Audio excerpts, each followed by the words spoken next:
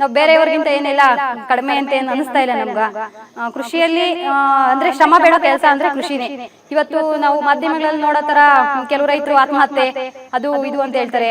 ನಾವು ಸುಮ್ಮನೆ ಬಂಡವಾಳ ಹಾಕ್ಬಿಟ್ಟು ಹೋಗಿ ಎಲ್ಲೋ ಕೂತ್ಕೊಳ್ಳೋದು ಅಥವಾ ಎಲ್ಲ ಓಡಾಡೋದು ಮಾಡಿದ್ರೆ ಖಂಡಿತ ಕೃಷಿಯಲ್ಲಿ ಲಾಭ ಇಲ್ಲ.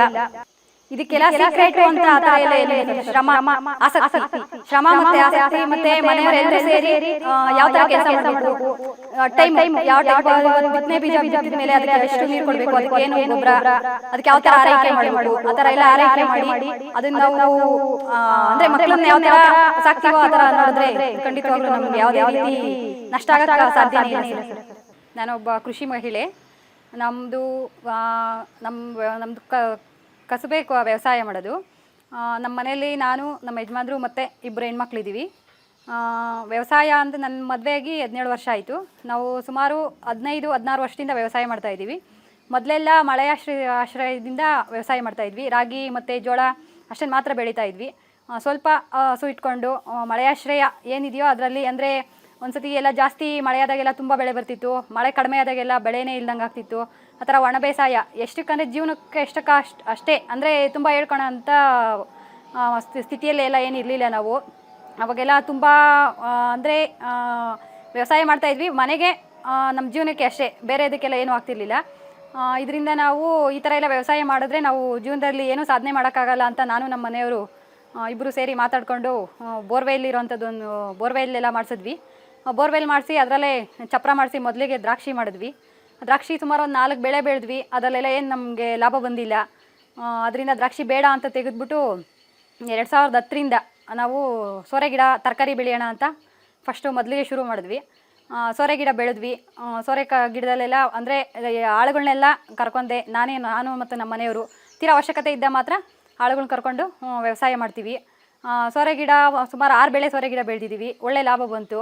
ಸೋರೆ ಗಿಡದಲ್ಲಿ ಅಂದರೆ ನಾವು ಹನಿ ನೀರಾವರಿ ಪದ್ಧತಿ ಅನುಸರಿಸ್ಕೊಂಡು ಕಡಿಮೆ ಕೆಲಸ ಅಂದರೆ ಇವಾಗ ಪವರ್ ಟಿಲ್ಲರು ಆ ಥರ ಎಲ್ಲ ಯಂತ್ರೋಪಕರಣ, ಇವತ್ತಿನ ಆಧುನಿಕ ಕೃಷಿ ಏನಿದೆಯೋ ಹಿಂದಿನ ಕೃಷಿ ಬಿಟ್ಟು ಇವತ್ತಿನ ಯುಗದಲ್ಲಿ ಏನು ಕೃಷಿ ಇದೆಯೋ ಆ ಥರ ಗೌರ್ಮೆಂಟಿಂದ ಹನಿ ನೀರಾವರಿ ಪದ್ಧತಿಗೆಲ್ಲ ಸಬ್ಸಿಡಿ ತೊಗೊಂಡಿದ್ದೀವಿ. ಮತ್ತು ಎಲ್ಲ ಹನಿ ನೀರಾವರಿ ಪದ್ಧತಿ ಅನುಸರಿಸ್ಕೊಂಡು ತುಂಬ ಕಡಿಮೆ ನೀರಿದೆ ನಮಗೆ.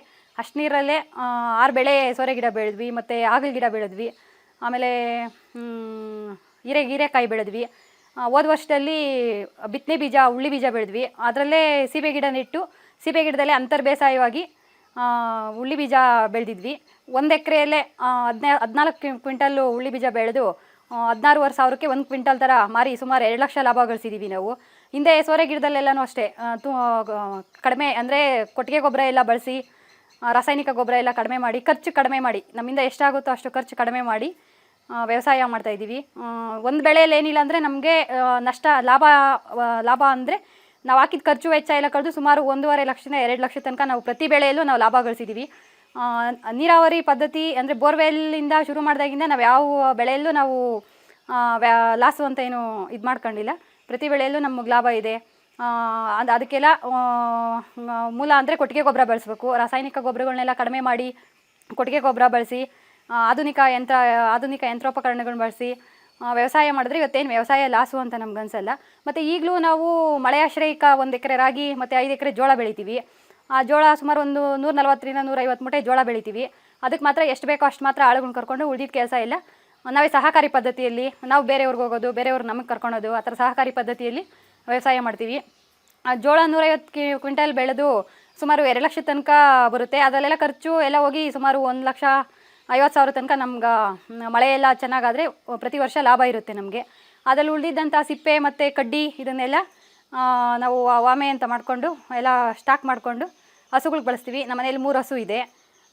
3 ಹಸುಗಳಿಗೆಲ್ಲ ಬೇಸಿಗೆಯಲ್ಲೆಲ್ಲ ಒಣ ಮೇವು ಬಳಸ್ತೀವಿ. ಮಳೆಗಾಲದಲ್ಲೆಲ್ಲ ಸೀಮೆ ಹುಲ್ಲು ಆ ಥರ ಎಲ್ಲ ಬಳಸಿ ಒಂದು ಹಸುವಿಂದ ನಮಗೆ ಒಂದು ಸತಿ ಕರು ಹಾಕಿದಾಗ ಅದು ಖರ್ಚು ವೆಚ್ಚ ಎಲ್ಲ ಹೋಗಿ ಸುಮಾರು 30ರಿಂದ 40,000 ತನಕ ನಮಗೆ ಲಾಭ ಇರುತ್ತೆ. ಮತ್ತು ಹೆಣ್ಣು ಕರು ಹಾಕಿದ್ರೆ 1-1.5 ವರ್ಷದಲ್ಲಿ ನಮಗೆ 50,000ದಿಂದ 60,000 ಬಾಳುವಂಥ ಒಂದು ಹಸು ನಾವು ತಯಾರು ಮಾಡ್ಕೊಬೋದು. ಮತ್ತು ಅದರಿಂದ ಬಂದಂಥ ಗಂಜಲ ಸಗಣಿ ಇದನ್ನೆಲ್ಲ ಗೋಬರ್ ಗ್ಯಾಸಿಗೆ ಬಳಸಿ ನಾವು ಗೋಬರ್ ಗ್ಯಾಸ್ ತಯಾರು ಮಾಡ್ಕೊತಾ ಇದ್ವಿ. ಸುಮಾರು 2003ರಲ್ಲಿ ನಾವು ಗೋಬರ್ ಗ್ಯಾಸ್ ರೆಡಿ ಮಾಡಿದ್ದು. ಅವಾಗಲಿಂದ ನಾವು ಬೇರೆ ಗೋಬರ್ ಗ್ಯಾಸ್ ಬಿಟ್ಟು ಬೇರೆ ಅನಿಲ ಯಾವುದನ್ನು ಬಳಸ್ತಾ ಇಲ್ಲ ನಾವು. ಗೋಬರ್ ಗ್ಯಾಸ್ ಬಳಸೋದ್ರಿಂದ ನಾನು ಎಲ್ಲ ಬೇರೆ ನಂತರ ಮಹಿಳೆಯರಿಗೆಲ್ಲ ಹೇಳೋದೇನೆಂದರೆ ಗೋಬರ್ ಗ್ಯಾಸ್ ಬಳಸೋದ್ರಿಂದ ಸುಮಾರು ನಮ್ಗೆ ವರ್ಷಕ್ಕೊಂದು 4,000 5,000 ತನಕ ಉಳಿತಾಯ ಆಗುತ್ತೆ. ಈಗ ಒಂದು LPG ಗ್ಯಾಸು ಅಂತಂದ್ರೂ 600ರಿಂದ 700, ಅದೆಲ್ಲ ನಾವೇ ಮಹಿಳೆಯರೇ ಉಳಿತಾಯ ಮಾಡ್ಕೊಳ್ಳೋ ಅಂಥ ಇದು, ಅದನ್ನು ಉತ್ತಮ ಮಟ್ಟವಾಗಿ ಬಳಸ್ಕೊಬೋದು ಅಂತ ನಾನು ಹೇಳಕ್ಕೆ ಇಷ್ಟಪಡ್ತೀನಿ. ಇವತ್ತು ಮಹಿಳೆಯರು ಅಂದರೆ ಬರೀ ಮನೆ ಕೆಲಸ ಮಾತ್ರ ಮಾಡೋಕ್ಕೆ ಸೀಮಿತ ಇಲ್ಲ, ಎಲ್ಲ ಅವ್ರವ್ರ ಕ್ಷೇತ್ರ ಏನಿದೆಯೋ ಅದರಲ್ಲೆಲ್ಲ ಸಾಧನೆ ಮಾಡ್ತಾ ಇದ್ದಾರೆ. ನಾವು ವ್ಯವಸಾಯದಲ್ಲಿ ಏನು ಕಡಿಮೆ ಇಲ್ಲ. ಇವತ್ತು ನಮ್ಮ ಮನೆಯಲ್ಲಿ ಇಬ್ಬರು 2 ಕೈ ತಟ್ಟಿದ್ರೆ ಮಾತ್ರ ಚಪ್ಪಾಳೆ, ಜೋಡಿ ಎತ್ತಿ ಎಳೆದ್ರೆ ಮಾತ್ರ ಗಾಡಿ ಮುಂದೆ ಹೋಗೋದು ಅನ್ನೋದು ನಾಣ್ಣುಡಿ. ಆ ನಾಣ್ಣುಡಿ ನಿಜ ಆಗಬೇಕು ಅಂದರೆ ಇಬ್ಬರು ಸೇರಿ ಕೆಲಸ ಮಾಡಿ, ಸಮಾನಾಂತರವಾಗಿ ಕೆಲಸ ಮಾಡಿ ಮುಂದುವರೆದ್ರೆ ನಾವು ಇವತ್ತು ಯಾವುದೇ ಸಾಫ್ಟ್ವೇರ್ ಇಂಜಿನಿಯರ್ ಆಗಲಿ ಅಥವಾ ಯಾವುದೇ ಗೌರ್ಮೆಂಟ್ ಕೆಲಸದವ್ರಿಗಾಗಲಿ ನಾವೇನು ಕಡಿಮೆ ಇಲ್ಲ ಅಂತ ನಾವು ಸಾಧಿಸಿ ತೋರಿಸಿದ್ದೀವಿ. ನಾನು ಮದುವೆ ಆದಾಗಿಂದ ದಿನದಗಿಂತ ಇವತ್ತಿನ ದಿನ ಲೆಕ್ಕ ಹಾಕೊಂಡ್ರೆ ನಾವು ಯಾವುದೇ ಗೌರ್ಮೆಂಟು ಕೆಲಸದವ್ರಿಗಿಂತ ನಾವೇನು ಕಡಿಮೆ ಇಲ್ಲ ಅಂತ ನಾನು ಒತ್ತಿ ಹೇಳೋಕ್ಕೆ ಇಷ್ಟಪಡ್ತೀನಿ. ಮತ್ತು ಪ್ರಧಾನಿಯವರು ಹಾಕಿದಂತೆ ಫರ್ ಡ್ರಾಪ್ ಮೋರ್ ಕ್ರಾಪು ಅನ್ನೋ ಥರ ಇರೋ ನೀರನ್ನೇ ಕಡಿಮೆ ಥರ ಬಳಸಿ ಹೆಚ್ಚು ಉತ್ಪಾದನೆ ಮಾಡಬೇಕು.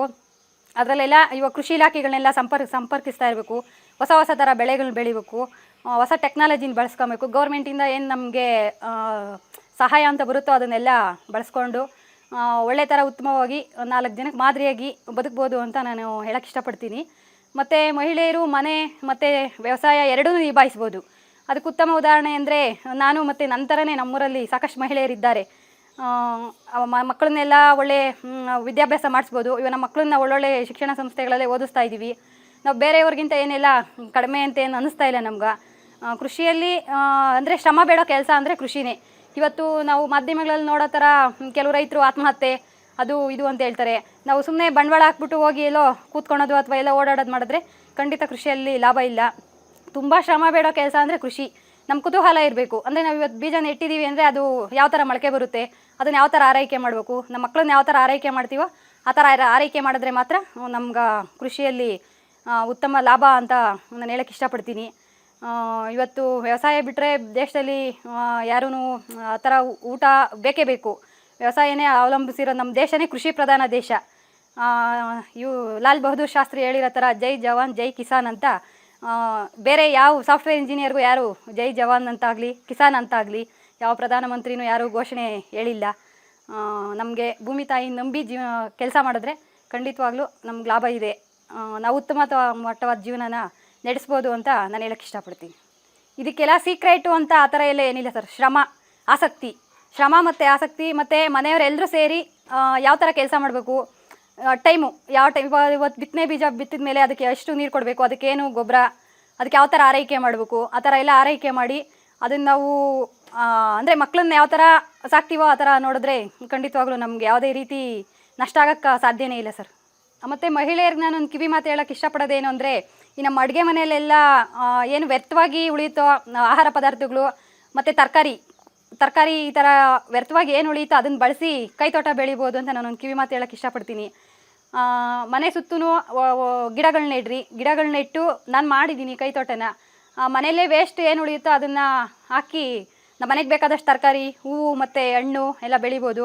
ನಾವು ವೀಳ್ಯದೆಲೆ, ದಾಸವಾಳ, ಶುಂಠಿ, ಸುವರ್ಣಗೆಡ್ಡೆ, ಆಮೇಲೆ ಪತ್ರೆಗಳು, ಅಲಂಕಾರಿಕ ಗಿಡ, ಬಾಳೆ ಗಿಡ, ಮುಖ್ಯವಾಗಿ ಬಾಳೆ ಹಾಕಿದ್ದೀವಿ. ನಮ್ಮ ಮನೆಯಿಂದ ಏನು ಸ್ನಾನ ಮಾಡಿ ನೀರು ಹೊರಗಡೆ ಹೋಗುತ್ತೋ ಆ ನೀರನ್ನು ಬಳಸ್ಕೊಂಡೆ ನಾನು ಸುಮಾರು 3 ವರ್ಷದಿಂದ ನಾವು ನಮ್ಮ ಮನೆಯವರು ಬಾಳೆ ಗಿಡ, ಸೀಬೆ ಗಿಡ ಮತ್ತು ಕಿರುನೆಲ್ಲಿ, ಪಪಾಯ ಎಲ್ಲ ಬೆಳೀತಾ ಇದ್ದೀವಿ. ಬಾಳೆ ಗಿಡದಲ್ಲಿ ಸುಮಾರು ನಮಗೊಂದು 3 ವರ್ಷದಿಂದ ಒಂದು 10 ಗೊನೆ ಸಿಕ್ಕಿದೆ.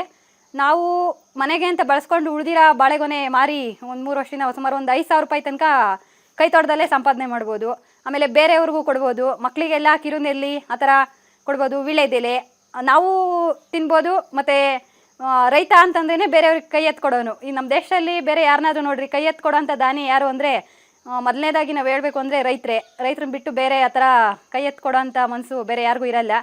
ಅದರಿಂದ ನಾನು ರೈತ ಮಹಿಳೆ ಅಂತಲ್ಲ, ನಮ್ಮ ರೈತರ ಬಗ್ಗೆ ನಾವು ಹೇಳ್ಬೇಕು ಅಂದರೆ ನಾವು ಹೆಮ್ಮೆಯಿಂದನೇ ಹೇಳ್ಕೊಬೇಕು. ನಮ್ಮನ್ನು ನಾವು ಯಾವತ್ತೂ ಕೀಳ್ಭಾವನೆಯಿಂದ ಕಾಣ್ದಿರ ನಾವೇನು ಕೆಲಸ ಮಾಡ್ತಾಯಿದ್ದೀವೋ ಅದನ್ನು ನಾವು ಕರ್ತವ್ಯವೇ ದೇವರು ಅಂತ ನಂಬಿದ್ರೆ ನಾವು ಜೀವನದಲ್ಲಿ ಖಂಡಿತ ಯಶಸ್ಸು ಸಾಧಿಸ್ಬೋದು.